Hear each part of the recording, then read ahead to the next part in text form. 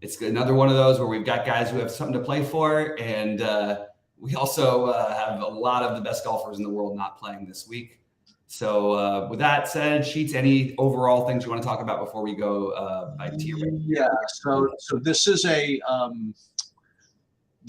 a short hitters week. They're really emphasizing accuracy as opposed to distance on a card like this, and models are really taking that into account. When you see who gets spit out as like kind of the top guys, it really guys that fit that mold. And I only worry that ownership in those types of guys is going to be way out of control. But we'll talk about that when we get there pretty soon, actually. And again, I hope that people did better than I did last week with my big take. I mean, my big take was freaking, what's it? It was Lee Hodges. I ended up like barely playing more than like double. I played like 18% of them where I had him at 40. So everybody just listen to what we say now, and then don't listen to any updates after. All right. Yes. So there we go. So, okay. With that said, yeah. Of the players over 10K, who are you liking here? Okay. So I'm sort of with the field on a lot of this stuff. So the top overall play is going to show up as Russell Henley. And this is the type of guy that, well, that's not true. We'll get to somebody later, but Russell Henley of this range just shows up as the top guy because, as I mentioned, he's kind of the more accurate guy. He's just the model darling in general. And quite honestly, when I built my lineups, I'm sort of with the field on him. I have like 23% of him, which is probably right around where he's going to be owned at the end of the day. And then you go down to the other guys I have with Hideki and Im and Burns. I'm basically either at the field or under on those guys. The guys that I'm more concentrating on are a different price range, and we'll talk about them. But so I do like these 10Ks, but they're not. I'm not going to be over leveraged on any of them. Yeah, if there was anyone, I would. I kind of guess if I had to pick one, it'd be Henley. But like, I really don't have a major preference between all of them. And if I was like entering a bunch of lineups, I think I would sort of side with you and be with the field on most of these guys. Or I also don't mind a build that excludes all of them. Just one of those kind of weeks. So that's where I'm at here. Hideki, he shot I think it was the best tee to green round he'd ever had in his life on the first round last week, and then just sort of did nothing afterwards. But I just think this, he's still he's the best golfer. He and Sungjae are the best golfer. Although Sungjae does not look like Sungjae for a while now. And it makes me okay to skip down to the 9K range, which also has a lot of questionable guys. So what are you doing in the 9K range? Yeah, so this is there are two guys in this slate that require a decision. I mean, a real big decision, because they're showing up as such like almost off the chart plays because of, I guess, course fit and everything like that. But the first one is in this range. That's Siwoo Kim. Right, so Siwoo Kim at 9K is projecting along with another guy is clearly like the best option on this slate, given everything. And he's being owned pretty freaking hard as a result of that. So in situations like that, I mean, I usually like to just take that, accept it, and just go way over on it. Like I'll do something like go like 50% of Siwoo Kim or something like that. Just kind of trust the models and just say, listen, if they're going to try to make him 23%, make him unplayable, I'll just play 50 or something like that. That's usually what I do with guys like that. Like the $7,200 guys that people just play, I could find a somewhat 7K that I'll play instead.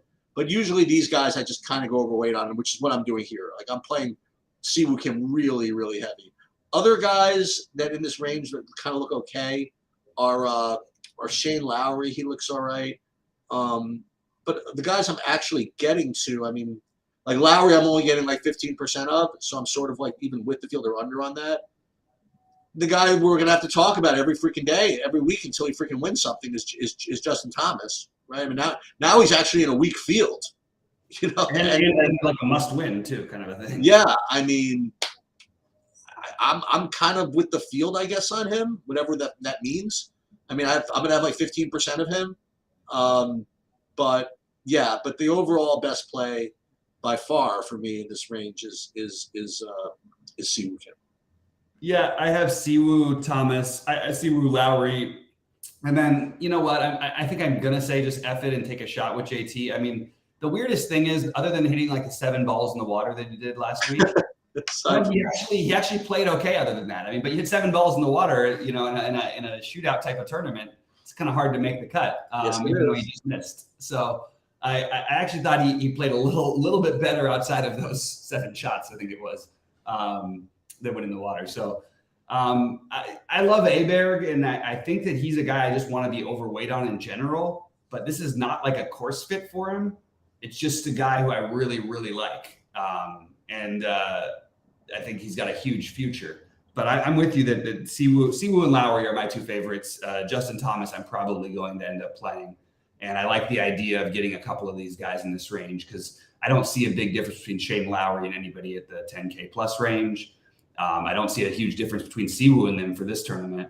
So I'm good with those guys. And then we can start soon. We're going to be able to get some more creative plays because all of these guys are going to be owned. Yep. All right. Yeah. Kenny's asking the best golf for less than 7,400. We'll get to that when we get down there. We're just going tier by tier for now, but we'll get down to that in a little bit. All right. So Keith Mitchell is out, who was one guy in this range. Sheets, who do you like in the 8 to 9K? All right, so now this is the other key guy who is going to show up as clearly one of the, alongside with Siwoo Kim, is clearly the best play. It's just everybody who knows anything about golf at all, like will find that this is the course for him. And not only that, he happens to be playing well in general. So you're going to have Denny McCarthy at 8,700, who's going to show up as the second big model guy. So it's going to be him and Siwoo Kim, and he's going to be kind of through the roof owned as well. I have him at about 23% or so, or whatever that is. It could be higher. And again, it depends on how you want to attack it. Like for me, again, guys like this, I'm probably inclined to just accept it and just pound them, and play like 50% of that and just get different elsewhere. I've just seen it too often. Like that these guys, they just always seem to freaking get there. It's like ridiculous. Mm-hmm. So I like him quite a bit. The other 2 guys I want to talk, well, 3 other guys in this range I'm well leveraged on. In reverse order, actually. Alex Smalley I like. I have him about 30% right now. Oh, okay. Chris Kirk, I have him at about 30%. But the guy I have right now, as a function of where I have the most leverage on everybody in the field, so I'm like ranking my guys by leverage, and that's right now is Adam Hadwin. I currently have 40% Adam Hadwin in my current builds. So I just figured I'd bring that up. So McCarthy, best play. And then I would say Hadwin, Kirk, and Small. So we're very similar. I'm probably going to eat some McCarthy chalk this week. I think he's mispriced given the talent of the field, and this is his kind of a tournament, as you mentioned. I'm with the Chris Kirk and Adam Hadwin. Those were 2 that I like. The guy I like, though, separately that I wanted to throw in there, because I kind of like this range, is Taylor Moore. It's just a talent thing. It's not an ideal course fit. He's going to be the lowest owned guy in the range, probably outside of he and Bill Haas will both be low owned. But as she says that, I'll just talk through it. But I really think Taylor Moore is an interesting play. I think he ends up getting overlooked, and I think people play a little more Hadwin, Smalley, Kirk than they do him. So I like Taylor Moore as a slightly lower owned play in that range. All right, down and if there was one other guy I had to play, it would be Steven Yeager. But moving down to 7,500 to 8K, or 7,500 to 7,900. This is where you can start to get a little bit different with some things. And there's one guy who I'm not going to get different with. Who do you like in this? I guess I'll mix it up. I'll start off this range. I will take Eric with a C. Cole every week, basically. I'm a little surprised that no one wants to play Vincent Norman, and I have no idea exactly why. So I'm interested in that. I'm interested in Patrick Rogers a little bit, and I'm interested in Harris English. But none of them stand out as being especially great plays. And then that all leads to my favorite play in the range, which is Adam Svensson. That's amazing, actually, because well, it's not amazing. It's awesome because my 2 favorites in this range by a lot are guys you didn't mention.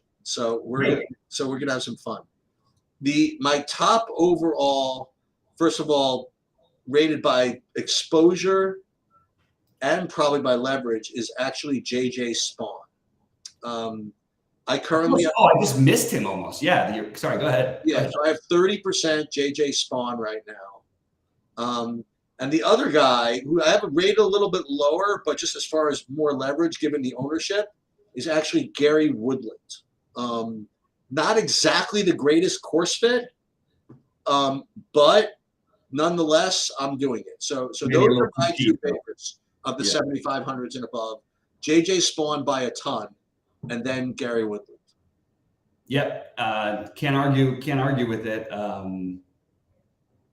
I still want to go back to I need to look at a little bit more at the Norman and Bhatia thing, because I really like this Norman in general, and I'm just a little confused by the fact that it's going to be completely unknown. Well, what it is, I mean, again, like it's what you talked about like a couple of years ago when you first learning golf. I mean, some of these like younger guys, like the models don't catch up to them in time. Well, like last week, everybody loved him, and now he played really well, and now everybody doesn't want to play. Now he's in a weaker field, and nobody wants to play him. Like, it's kind of it's just a little surprising to me. I don't entirely understand it, and it's not like he's a specialty long course hitter.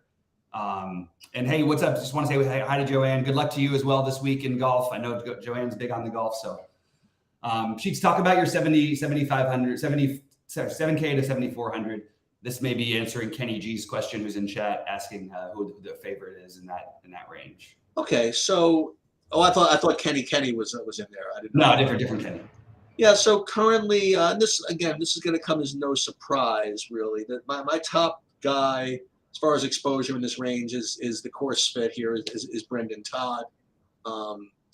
Very, very consistent, keeps it in the fairway, good putter. And so he's the top guy I have. But I have others. I have, because Brendan Todd's going to get played. I mean, at least 10%, But I like Doug Gim quite a bit. I have him like 17% compared to 6 ownership. And then I have 2 others I can bring up here.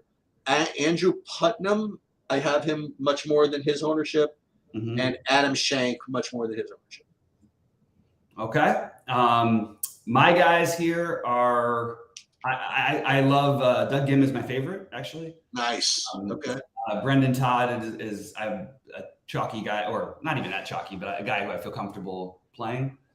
I like Justin Suh. I feel like I don't know why he doesn't get played as much as he should in general, and I'm going to be in on that this week. I know if Kenny, our other Kenny friend, were here, he'd be saying Streelman. Oh, look, and this Kenny G is saying Streelman also. I think Streelman is interesting, but it's not. I think I would prefer Ben Griffin and Brandon Wu personally to those guys. But Justin Suh and Gim are my favorites. Brandon Wu and Ben Griffin are my other ones. I'm a little. I don't know. I was considering Eckroat, but I probably have to draw the line somewhere. Did you get anything in the under 7K? Why don't you go first on that one? Because I'm just trying to. Yeah, I have only one guy under 7K that I'm getting more than one lineup in out of 150. So I'll throw him in there. And that is Dylan Wu. Yeah, it seems like another good double Wu tournament. Yeah, and my son went to dinner 2 nights ago at the Wu in Queens. So there it is. As a matter of fact, he seems to be getting owned a little bit, like 4%. I don't know if that's considered owned, but so Dylan Wu would be my favorite of the below 7Ks. So I love I love that call, because I will have a Wu lineup, as I always seem to do. And I like Kalen Tarrant. I think that's the guy I really want to play. 6,900 feels very, very reasonable. Got him at 1% ownership last week and had him really in contention there for a while, and didn't quite pan out, but he was still a good play. So he would be my other favorite. Other guys just are showing up, but I'm not like necessarily as high on Tyler Duncan. I think some people will play. I think some people will play maybe some Doc Redman, who actually, looked pretty good. Joel Dahman, I think that I'm just waiting for him to play better. The one that's interesting to me the most is Carson Young, who has had a bad tournament last week. Actually, it was weird. He got off to a blazing start and then just completely fell apart on the back nine day one, and then just never looked back. But he is 6,600, and he's actually had really, really good results overall, considering his price point, and he's going to be unowned this week. And then it's just I'll throw in the general into a lineup or two. There's the two other weird ones that I have are Austin Smotherman and Kramer Hickok, but not especially high on either. Just guys that I was looking to try and find, my usual 10 to 12 guys under 7K, and those two guys both showed up a little bit for me. But favorites being Taryn, Wu, and Carson Young. All right. So this is what we're gonna do. So we're gonna do the little contest here. I want to do this the right way. So we're gonna pick. These are the categories. Who's gonna win the tournament? Top guy under 10K to make top 5. Top guy under 9K to make top 10. Top guy under 8K to make top 20. Top guy under 7K to make the cut, and guy over 9K to miss the cut. I'm gonna do this as far as like what I think the result is going to be. I'm not going to do this with like an ownership like leverage thing, because we just did that, right? I already went over just kind of like who my favorites from the range were given ownership and everything like that. So for this contest, I just want to give out like my picks for who I think is actually going. You can do it however you want, but that's what I'm going to do. Is I'm just going to literally figure out, like, if we had to just put money on it, right? Who is going to win or who is going to do whatever. I don't care about ownership. I don't care about leverage or anything. That's what I'm doing for this time. Yeah, I love it. All right, let's get into it. So who is now that I thought about it? Now you have to actually make the decision. Who the hell is going to win this tournament? I will go first on this one. And I'm actually going to say who's going to win the tournament. I am going to say Russell. Wow. Okay. I didn't think you were going to say that because of the way you prefaced the whole thing. Okay. I thought you were going to take Siwoo, which was going to force me to take force me to take Sam Burns, but you didn't. So I'm going to take Siwoo actually to win the tournament. Okay. Yep. Okay. So you can go first with. Okay. So under 10K to top 5. Yeah. I'm going to say Shane Lowry. Okay, so just so you know, I'm just to give him another thing, right? I was gonna go Siwoo Kim, but since you picked him to win the tournament, I'm not gonna pick him. Okay. And my next best was gonna be Lowry. Since you took him, I'm just gonna go to the next guy on the list.